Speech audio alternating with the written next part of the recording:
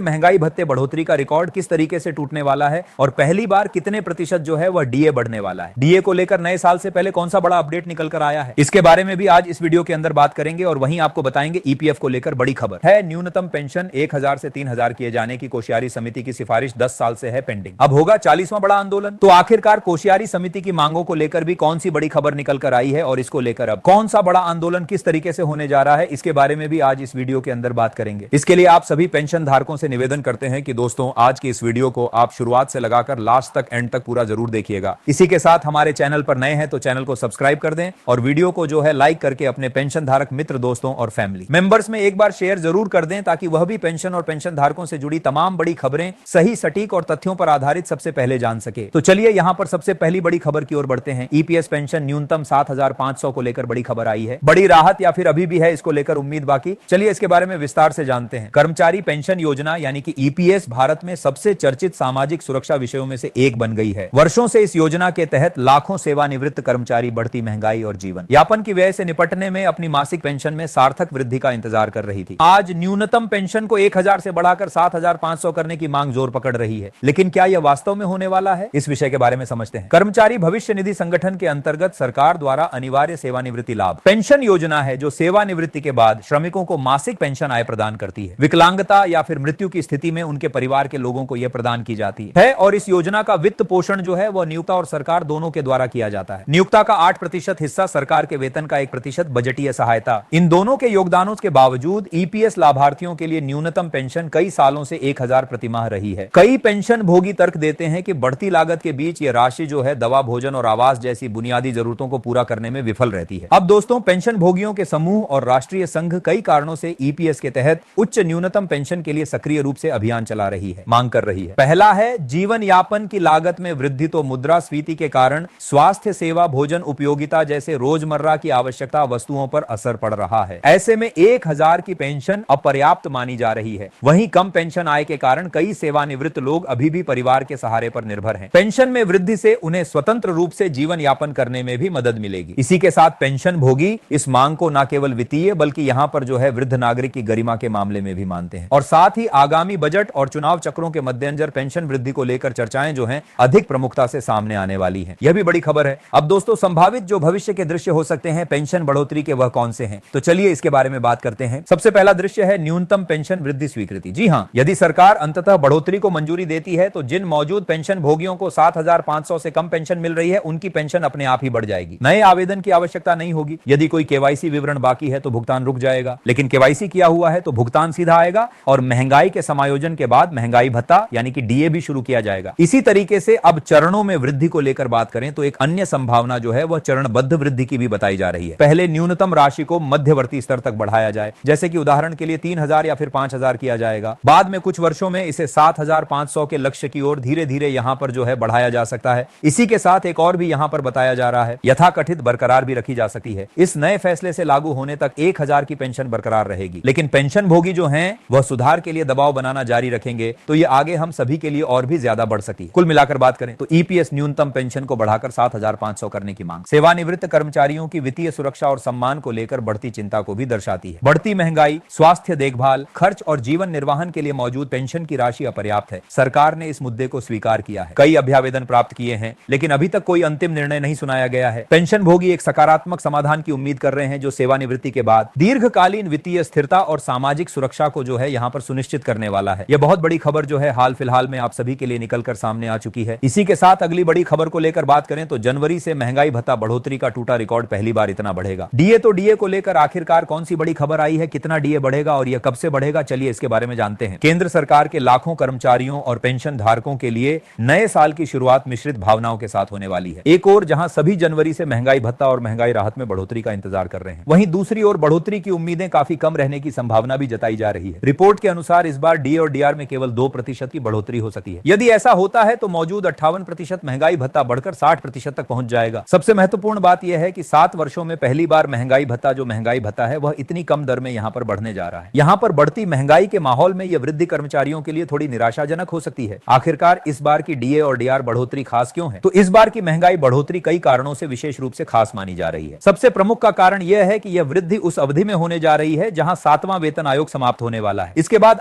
8वें वेतन आयोग की प्रक्रिया शुरू हो चुकी है। 8वें वेतन आयोग के टर्म्स ऑफ रेफरेंस जारी किए जा चुके हैं। आयोग को रिपोर्ट देने के लिए 18 महीने का समय मिला है। रिपोर्ट के बाद मंजूरी और लागू होने की प्रक्रिया में भी कई महीने लग सकते हैं। ऐसे में अनुमान है कि कर्मचारियों को नए वेतन का लाभ कुछ समय बाद मिलने की संभावना जताई जा रही है। हालांकि जनवरी में डीए बढ़ोतरी कम है, लेकिन इसका महत्व कम नहीं है। यह आने वाले वेतन ढांचे पर आधारित करेगी। डीए बेसिक में जोड़े जाने पर वेतन संरचना मजबूत होगी। पेंशन धारकों को भी डीआर से सम्मान लाभ मिलेगा। भविष्य में 8वें वेतन आयोग से अच्छी खासी बढ़ोतरी की जाएगी। डीए बढ़ोतरी कम होने की वजह से आईसीपीआई बढ़ रहा है, लेकिन उतनी ही तेजी गति से नहीं जितनी गति से डीए जो है 60% से आगे जा सकता है। कुल मिलाकर बात करें तो जनवरी का डीए अपडेट कर्मचारियों को सीमित राहत प्रदान करता है, लेकिन यह भविष्य के वेतन के लिए अत्यंत महत्वपूर्ण है। कम बढ़ोतरी निश्चित रूप से कर्मचारियों के लिए निराशाजनक है, लेकिन यह डीए आने वाले वर्षों में नए वेतन आयोग की संरचना में महत्वपूर्ण योगदान देगा। आने वाले 18 से 24 महीनों में डीए के आंकड़े न केवल कर्मचारियों की आय को प्रभावित करेंगे, बल्कि 8वें वेतन आयोग और उनके बेसिक पे को भी बढ़ाएंगे। इसलिए मामूली बढ़ोतरी आगे जाकर बड़ा फायदा आप सभी को देने वाली है।